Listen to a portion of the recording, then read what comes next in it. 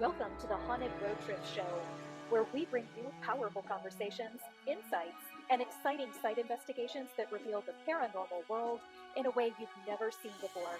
Now, prepare to have your thirst for curiosity satisfied. There are ghost stories, hauntings, and anything else I kind of throw at them. So today, we have Rosalie John. Hi, Rosalie. Hi, I am so excited to be here. I love everything ghosty and paranormal, so this is totally my jam. I love it. Where are you from? I'm from Ontario, Canada, just outside of Toronto. That's right, I'm international. Yes, she is. On that.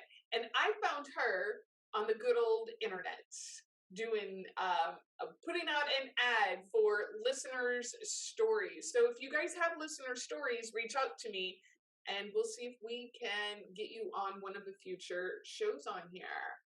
But I am dying I'm dying to hear what you're gonna say. I'm not like actually actively dying. Hopefully not. That's not part of the hopefully not. On that. So Rosalie, tell us, spill the hot tea. We want to know where these stories are, what's going on.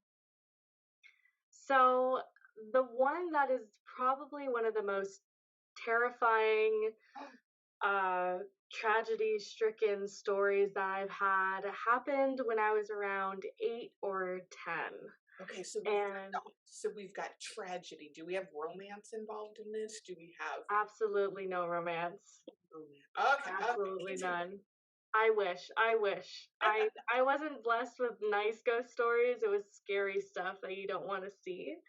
No Outlander type of stories, right? Yeah, unfortunately, no. I flipped the coin and it just didn't go in my favor, apparently. So set the scene for us. Where are we? So I am in a coffee shop with my mom. We have gone to this coffee shop my entire life growing up. It's in my hometown. It's at the intersection of two busy streets.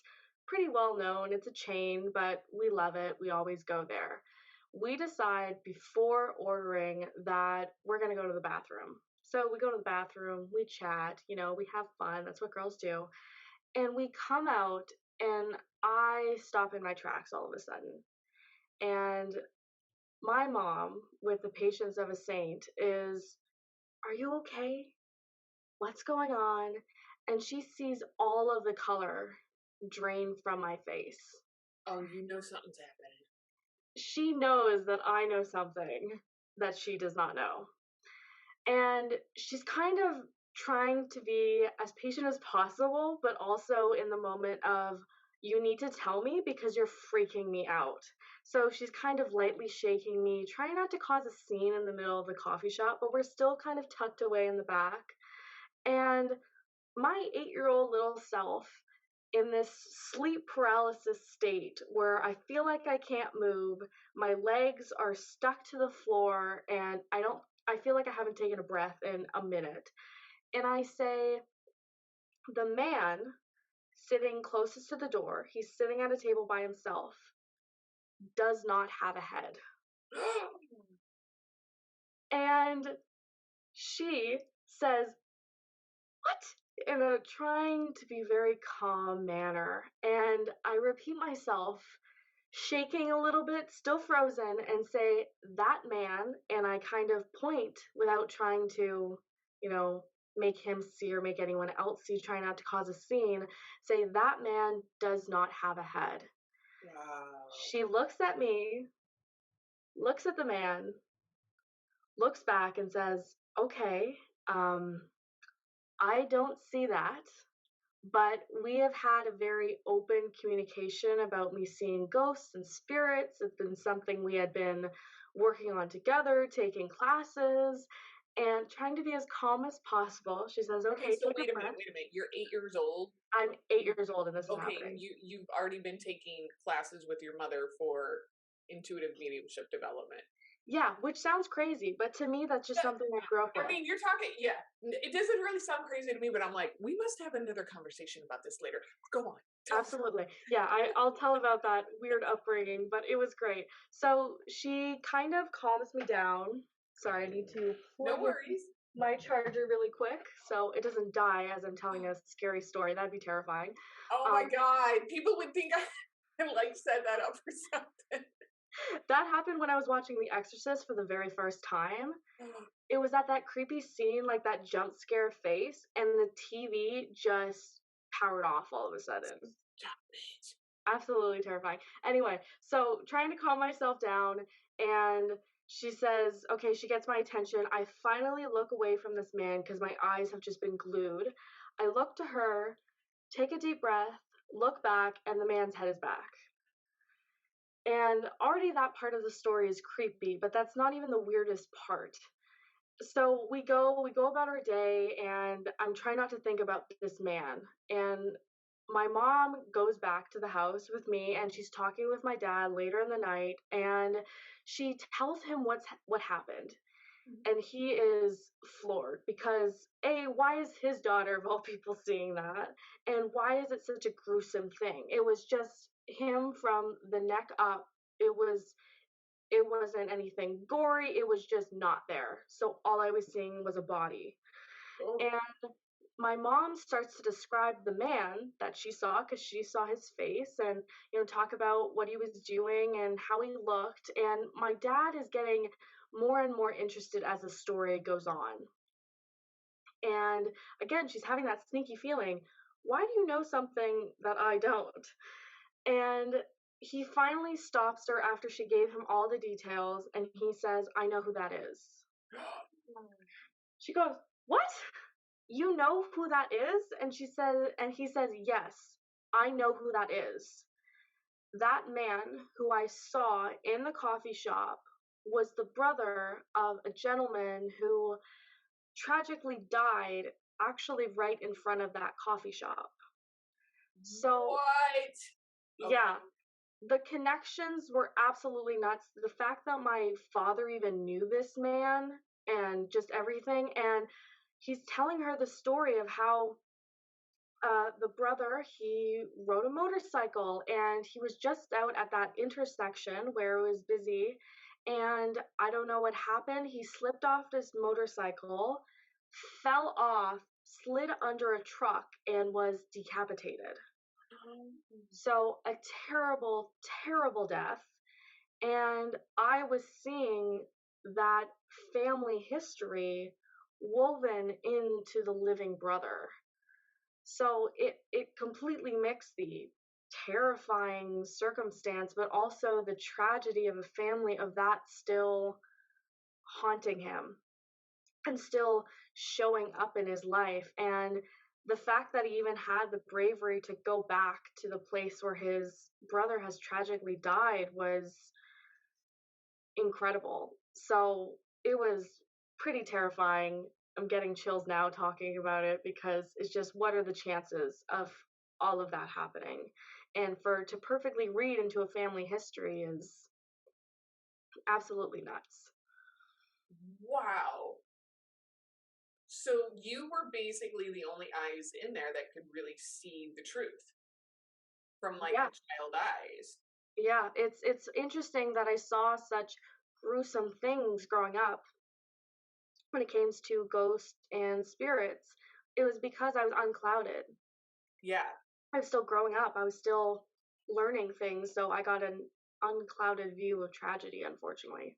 Yes. And I mean I do have the belief system that even with kids, their guides and their angels are going to block certain things like the gruesomeness or whatever, that they're not going to, give the kid more than what they can psychologically handle at that point. What I find interesting is that you were seeing the brother who was living, literally, and the brother who was deceased, literally transfiguring into the brother who was still living to show you what had happened.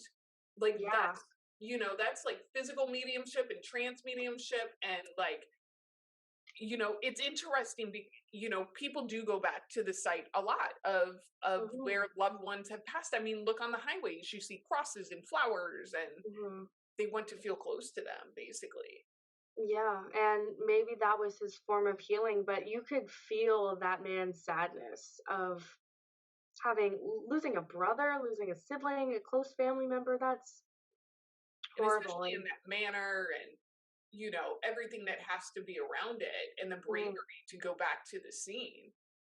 Wow. Yeah, that's So like, probably the one that sticks in my mind the most. so as like an 8-year-old, do you think because you were taking those classes and were more open with your mother, that you were able to perceive non-ordinary reality even easier? I think so. I mean, I had gotten a lot further than what I was when I was, starting at 2, starting to see spirits and ghosts, not really knowing how to describe it. And by that point, I had been taking classes for probably a year, a few months. So I started to gain the vocabulary, started to gain the tools in order to actually grasp what was happening. So I think those classes were incredibly important to me and really helped me learn how to navigate situations like that, because that certainly was not the last one. That was one of my first really big moments with spirits. Wow. Mhm. So I could just deep dive into that, because I think your mom is cool. Oh Like, yeah, she's already. awesome. I'm like, no, that's a kick-ass like childhood. Somebody who recognizes their child's talents, gifts, and abilities, and then wants to be able to nurture them. She was so interested in it. She was so accepting of it. There was, of course, moments where she's saying, "What?" But other than that, she was so ready to listen and help me, and she was taking the classes with me so we could both learn. Yeah. As a parent, I don't think you go into a class like that and be like, one day I'm going to be in a coffee shop and my kids like, Yeah, I don't I think don't so. think, no, I don't think so on that. But that is profound. So Hmm. how did that lead to other incidences with spirit world, in your view, like moving forward into like another ghostly paranormal experience? It was really about getting comfortable seeing spirits, learning how to ground myself and not be so stuck in the moment, like the Yeah. sleep paralysis that I mentioned. That's basically what it felt like, but I was just standing, unable to move. And as time went on and I started to see gruesome things, unfortunately, that was my experience growing up. I didn't get the cookie cutter, I got very gruesome pictures of how people had passed. And from there, I started to see more accidents, more getting behind, seeing family. I could start to see people's sadness within them as well. When I'm sure, as you can see, experience with your own clients, of you can feel that sadness that people carry with them, Yeah. and having to view that is also it's it's interesting. It will give you some good stories to tell. But Well, do tell another story, perhaps.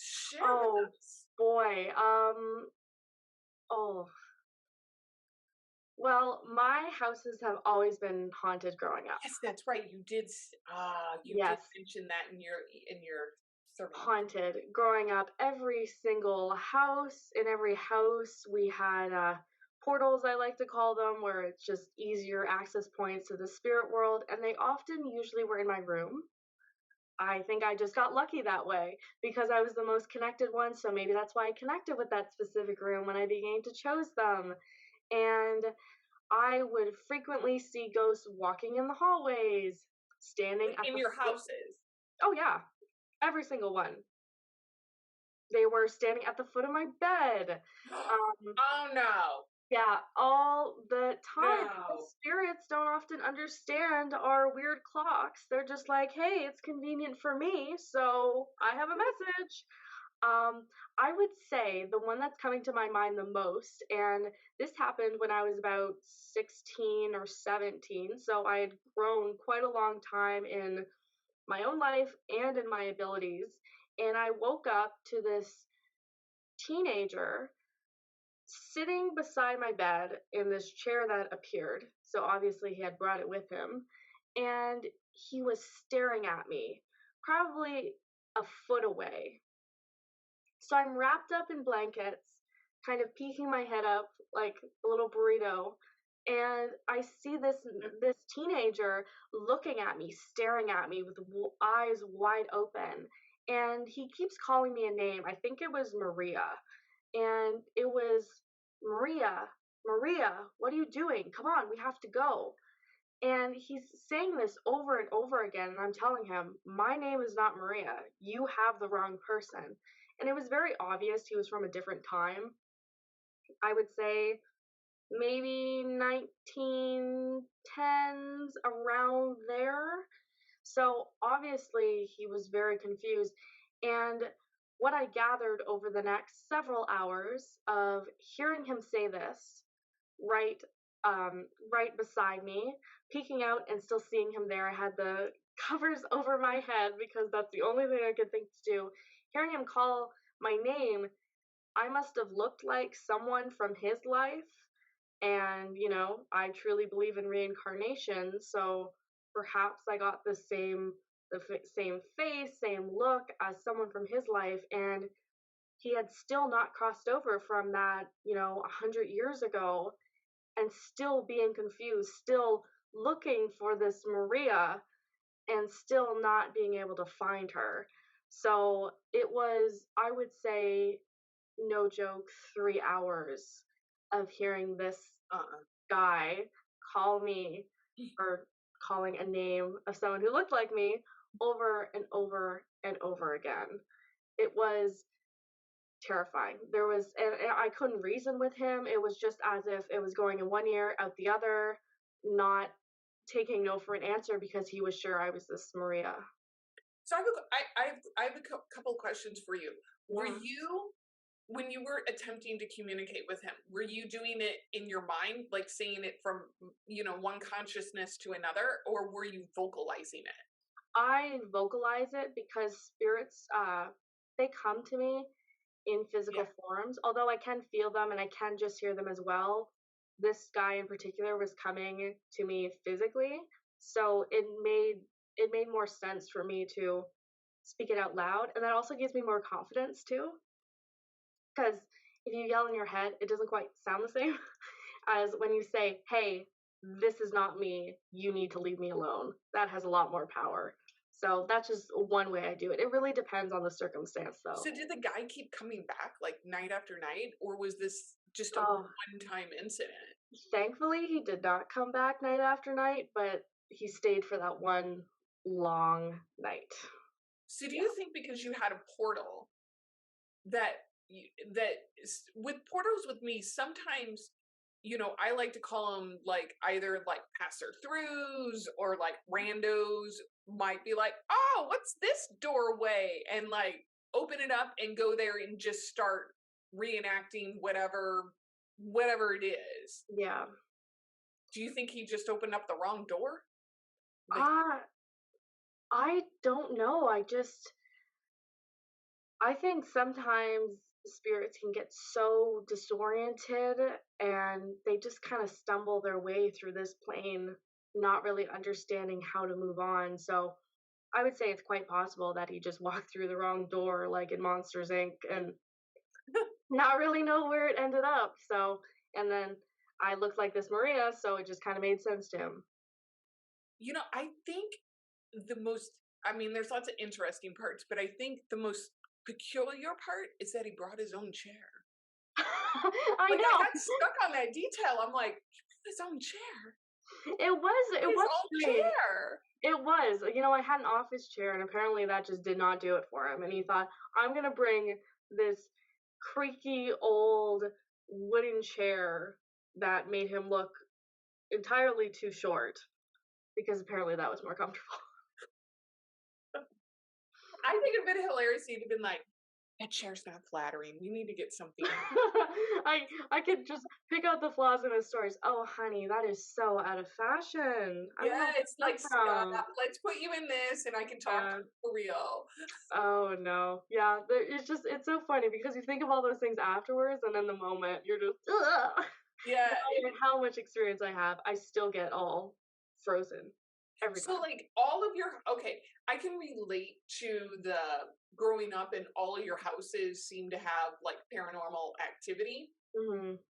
I always, couldn't figure out why my parents couldn't stop buying houses that were freaking haunted, but then I figured out later it was me, it wasn't them. It was. I know something I can't blame on the parents. Darn it. What a shame.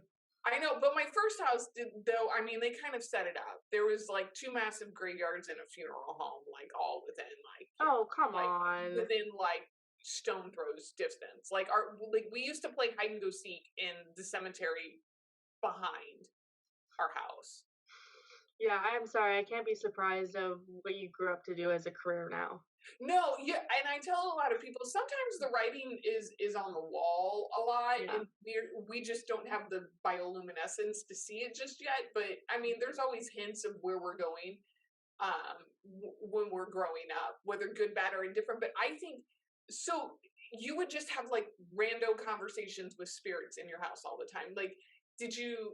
Were you not like, I need to shut this portal down? Like, I need peace at night, or like, Oh yeah, as I got older and I became more experienced, I learned how to close portals, and it's really a lesson in boundaries too. Of hey, you're not allowed to wake me up at 4 o'clock in the morning because for whatever reason you're coming to me. It really became learning to be really strict about how I interact with spirits because although I do see them all around me, uh, maybe about 50% of the time because I shut down my consciousness with that type of stuff.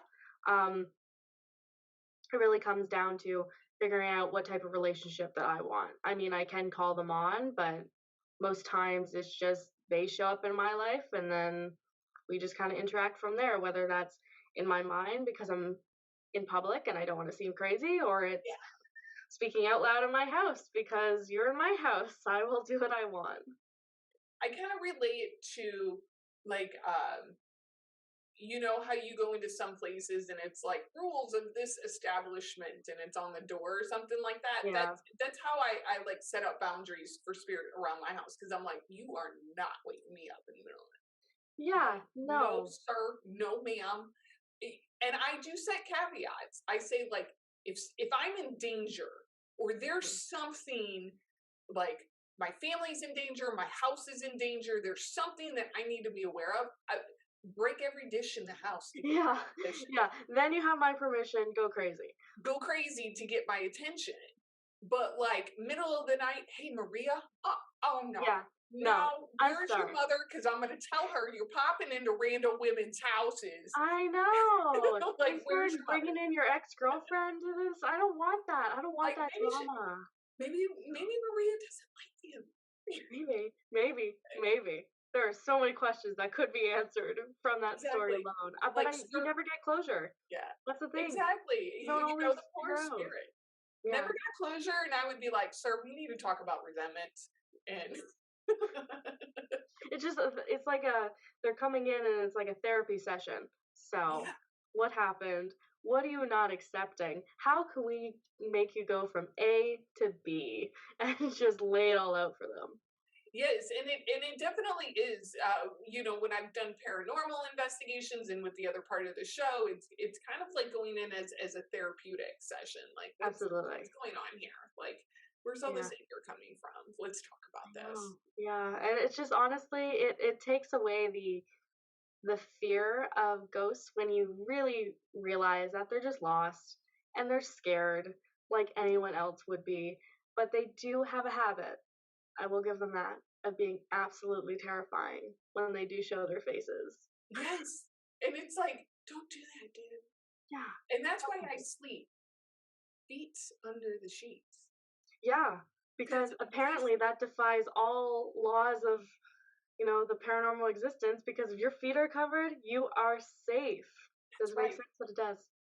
Apparently, and especially I'll do that like if I'm in hotels and things like that, or Mhm. like staying.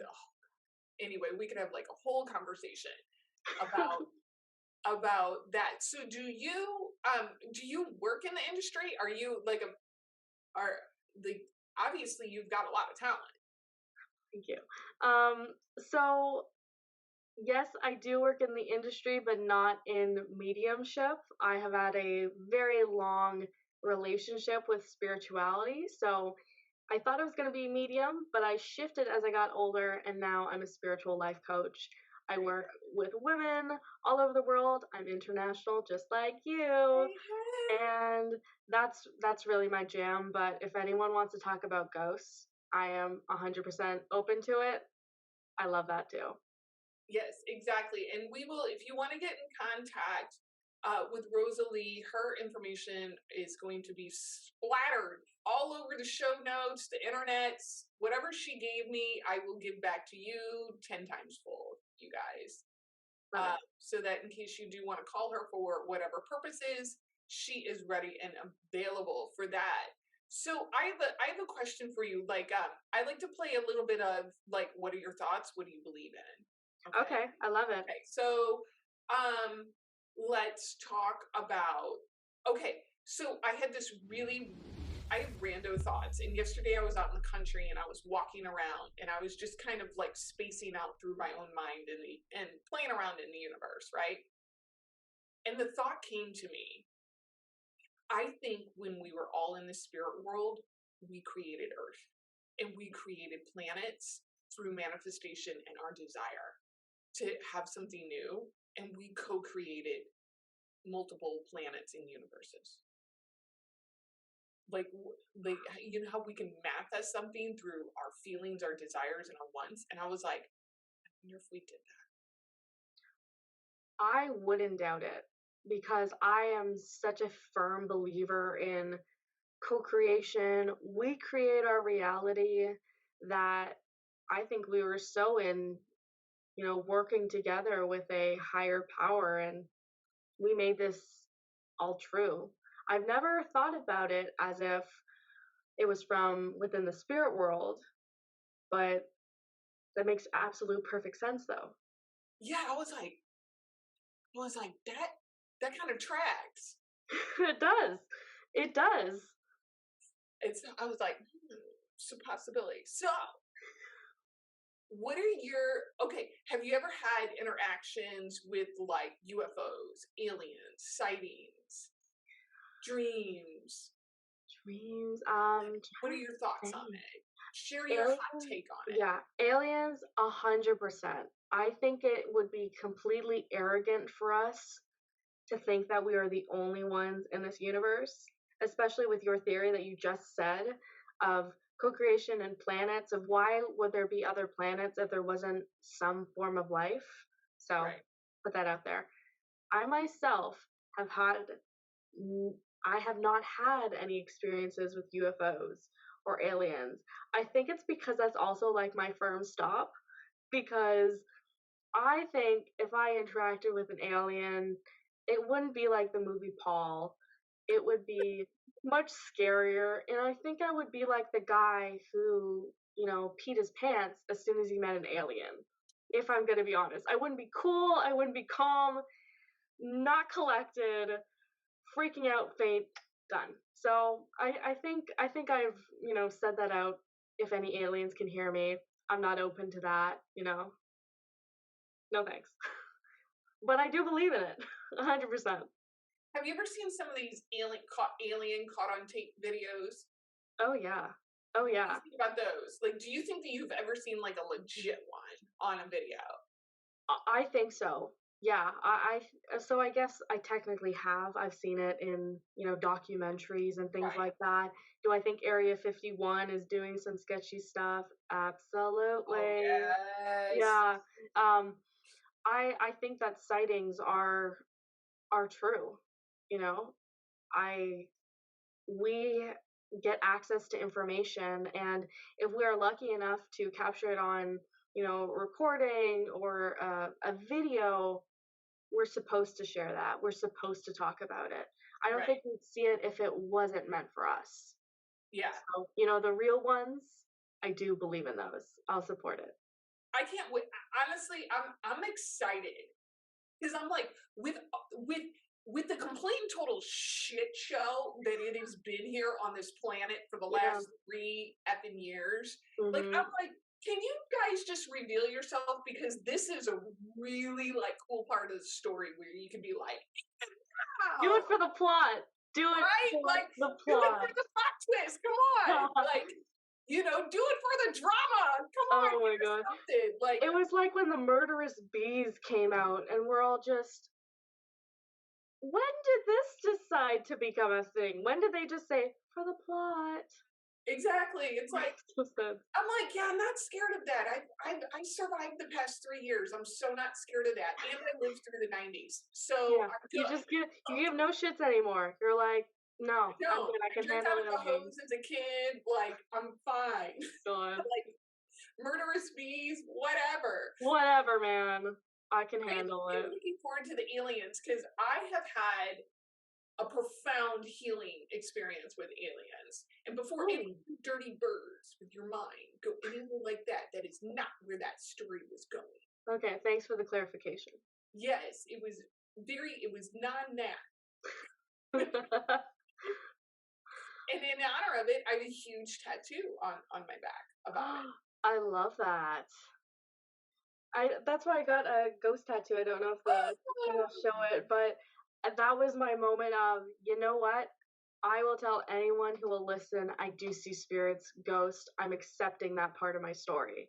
So I love it when people get tattoos to symbolize just that.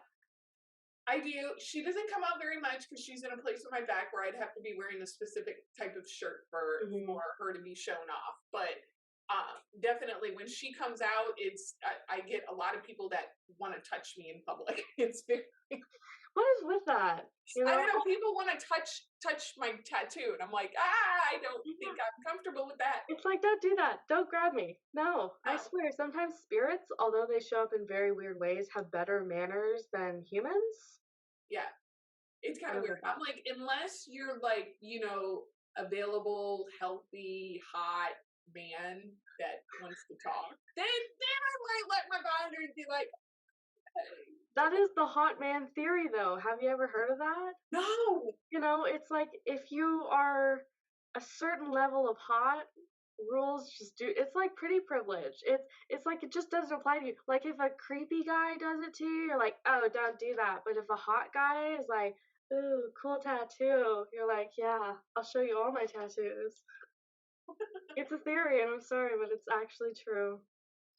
It is, you know, there is a thing as pretty privilege. I've seen that in action in my life. I'm like, there definitely is a thing, and I always tell people, no matter what your superpower is, wield it with responsibility. Absolutely. Yeah, so I always put that caveat, you know, the hot man syndrome. That's okay. But like creepy, weird, no, we're gonna put a hard ball stop on that. So how do you feel about like you know, everybody who thinks things are cursed, like just because they're old? Oh, I think that cursed is not the right word for it. I think I'm really focusing on the words here because everything has a story and everything has energy attached to it. Yeah. But something that is cursed is a completely different thing. Like I've been in antique shops where I think, oh wow, look at that spoon. You can tell that's been through many, many owners. And then you go to a dresser and you're like, someone died there. No, thank you. Like there is a difference between being old and slightly creepy antiques, and then there's legitimately cursed objects. Yes. And you know, I love the story. I love getting secondhand things as long as you clear it, but I will not deal with any cursed objects. Someone brought into my work once, this was when I was working at a restaurant, a cursed doll they bought from an antique store. She was telling us about it, and she jokingly said, oh, I'll bring it in one day. I said, no, you will not. I am not going to have to space clear this place even more than I already do. No, ma'am. She brought it in a few days later. No, ma'am. It was this creepy doll that just had this energy of just Death? Describe this doll. So, Oh, it was like, like a creepy, maybe 12 inches tall. It looked, unfortunately, a lot like the Annabelle doll, like the real Annabelle doll, but it oh, had brown hair and creepy eyes. And, usually I don't mind like those little prairie dresses, but it was just creepy on her. so the question: was the doll reflective of the owner? When you think about it, I have a theory. That's all. You know what? I would, I would say yes. Okay. And if the person who has ever brought that doll ever listens to this episode, I send you love. And please tell me that you've actually gotten rid of that doll, because I do not think it was adding anything to your life. That's all I will say. You can buy like on eBay. There's a specific section for like people who sell so-called haunted dolls. Or yes, it's a very creepy section of the internet. You know, bring your salt and your sprays and your holy water and your sage. Why would you ever feel compelled to do that? I don't know, but apparently you can buy these dolls because they're like they go from foster home to foster home, and they try to find like a home that fits. And there's like a whole like it's like dating, like there's like these whole personality profiles. But it's yeah, I won't allow that stuff in my house just because like I'm not scared of it, but that shit's creepy and it goes against my design vibe. Like no, Yeah, no, like I'm not oh, fostering that. yeah, like, have you ever seen The Conjuring with their room and all the haunted things in that room? You have to keep the genie in the bottle, but keep the genie in the bottle far, far away from the rest of civilization. Wow, yes, far, far away. Yes, I go into the because a lot of people get freaked out going back to the old objects and the things like that, and they immediately like it's some kind of programming that they have. They immediately think it's like negative or Yeah. whatever.